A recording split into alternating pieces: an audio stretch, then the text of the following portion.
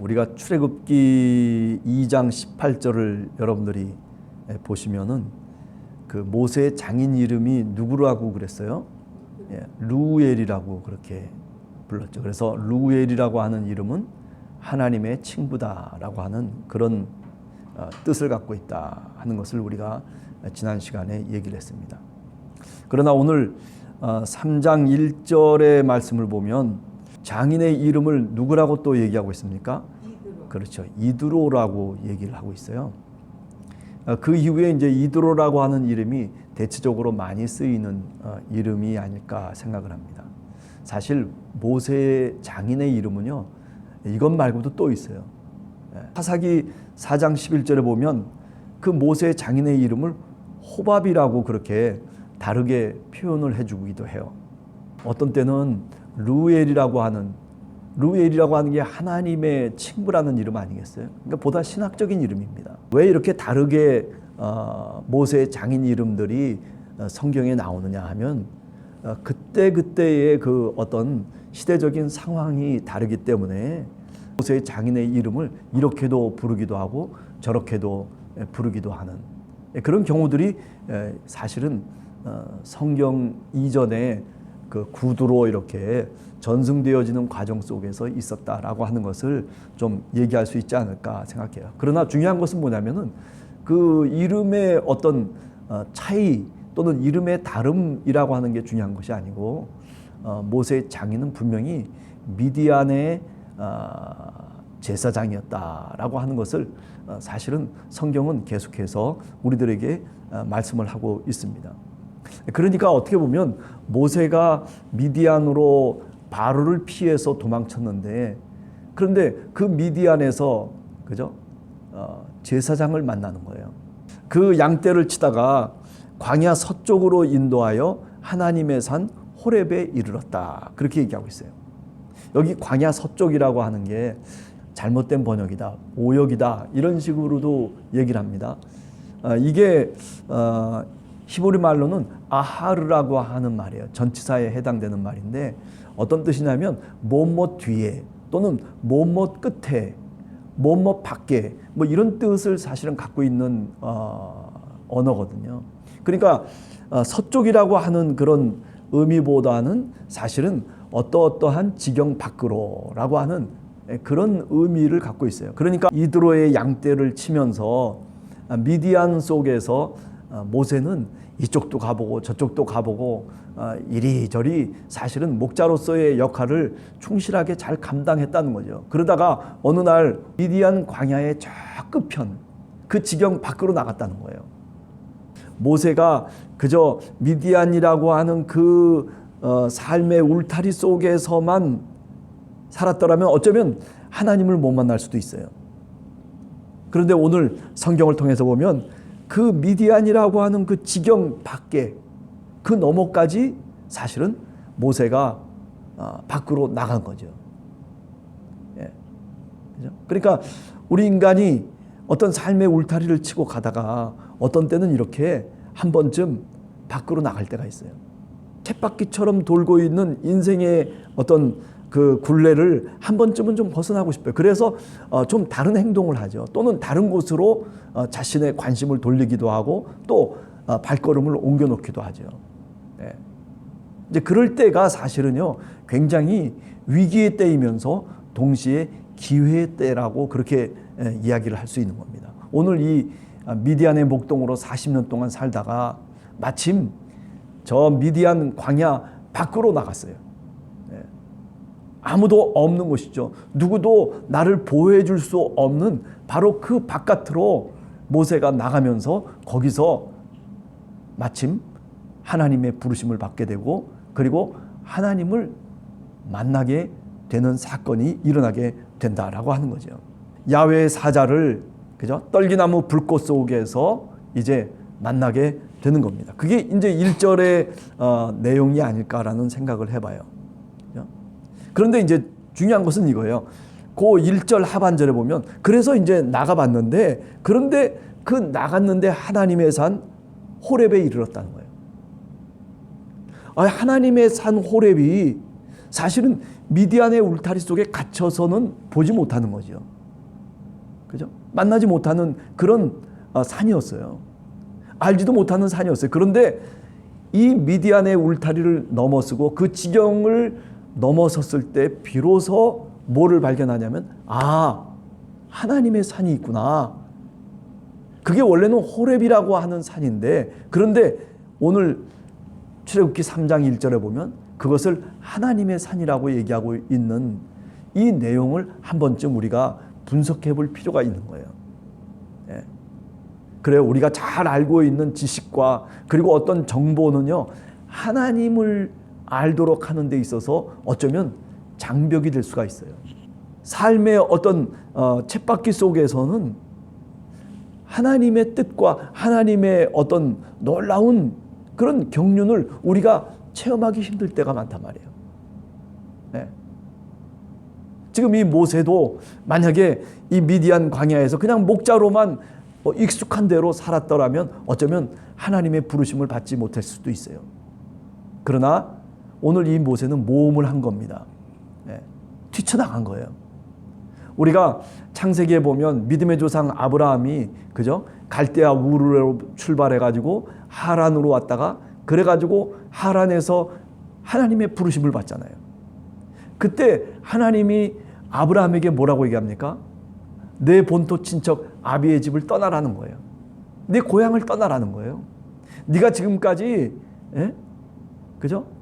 아버지의 울타리 속에서, 친족들의 울타리 속에서 네가 보호막을 치고 살아갔던 그 삶에서 벗어나서 하나님이 지시하시는 그 땅으로 가라는 거거든요. 그 부르심 앞에 아브라함이 응답을 한 거예요. 그죠? 하나님이 손가락으로 가리키고 있는 바로 그곳을 믿으면서 그곳이 하나님이 축복하실 땅이고 그곳이 바로 하나님의 은혜를 받고 약속의 땅이라고 생각한 거죠. 그래서 결단하면서 말하자면 자신의 고향을 떠나죠. 하란을 떠나는 거예요. 아버지의 집을 떠나고, 그리고 내가 지금까지 울타리로 여겼던 친족의 그 모든 보호막에서부터 벗어나서 이제는 누구를 보호자로 삼는 거예요? 하나님을 보호자로 삼는 거예요. 지금 여기 이 장면도 사실은 그런 의미가 있는 겁니다. 예.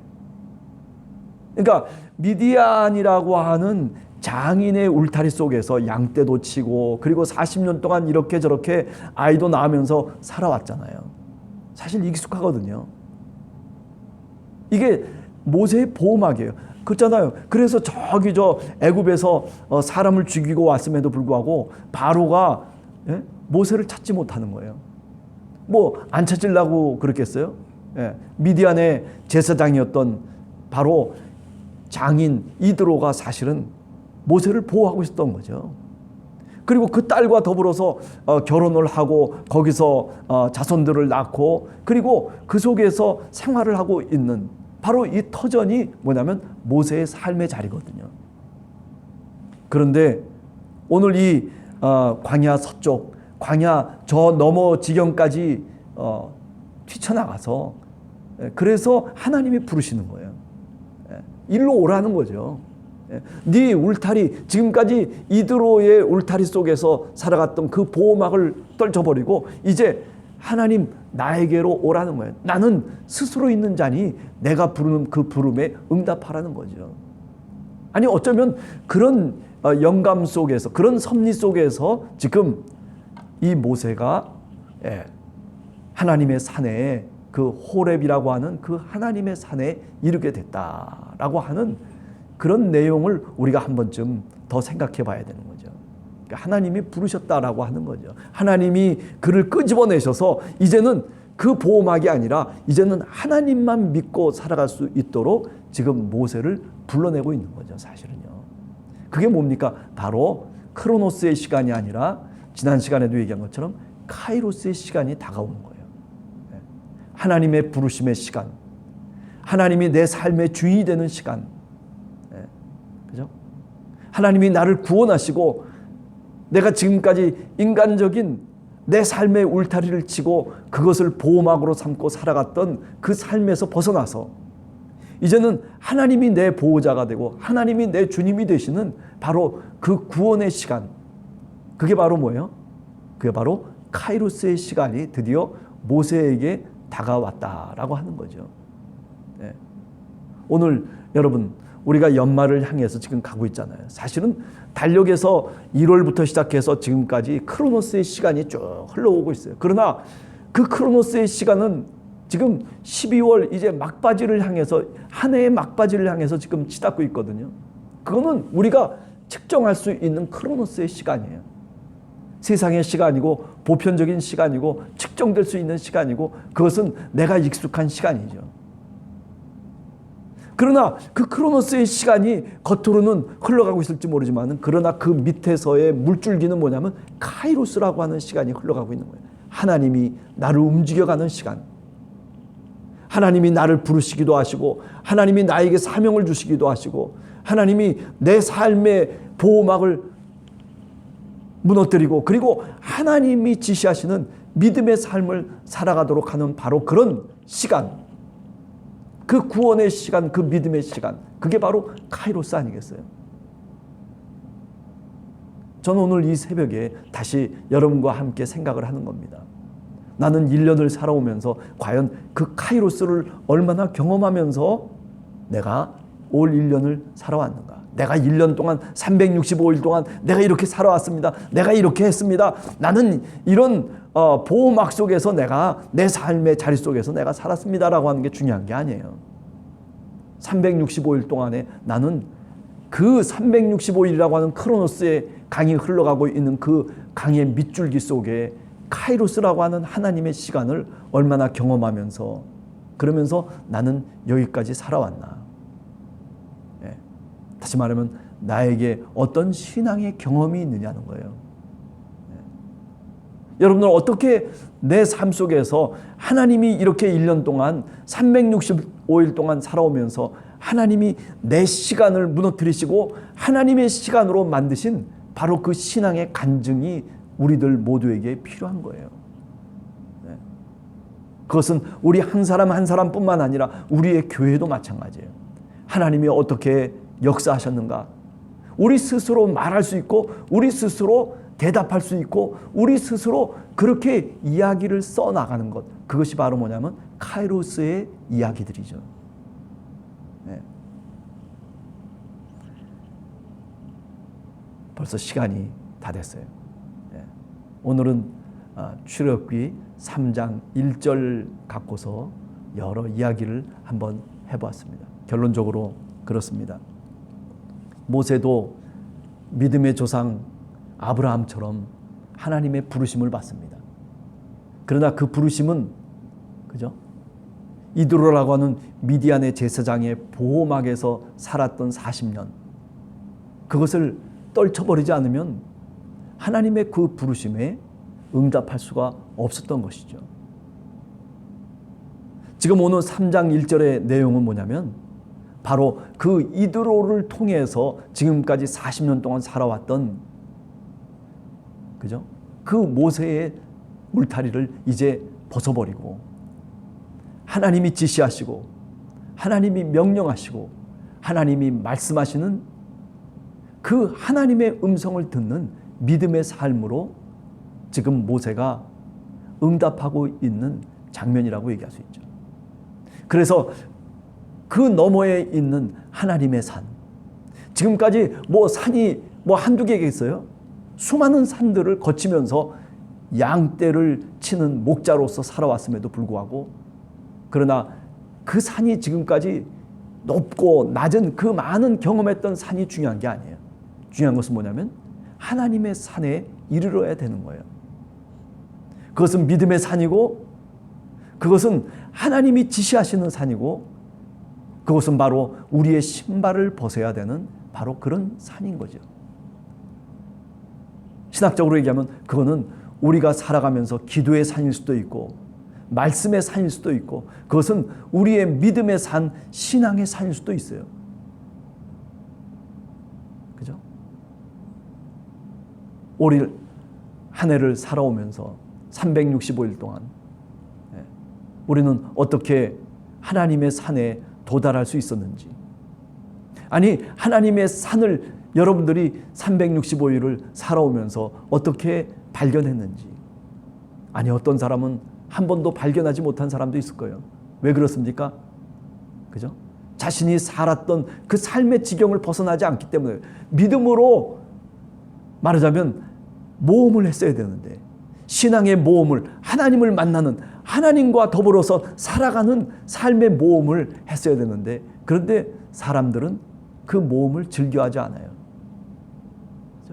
혹시 내가 위험해지지 않을까? 믿음으로 사는 것이 혹시 나에게 손해가 나지 않을까? 믿음으로 사는 것이, 기도로 사는 것이 나에게 어떤 해가 되지는 않을까? 이에 타산을 내 마음속에 그리면서 살아가기 때문에 사실은 그죠? 하나님의 산에 이르지를 못하는 거예요. 이제 올 한 해를 마감하는 이 시점에서 여러분과 제가 다시 한번 하나님께 기도해야 됩니다. 하나님, 제가 이제 새해를 맞이하여서 이제 하나님, 내가 준비하기를 원합니다.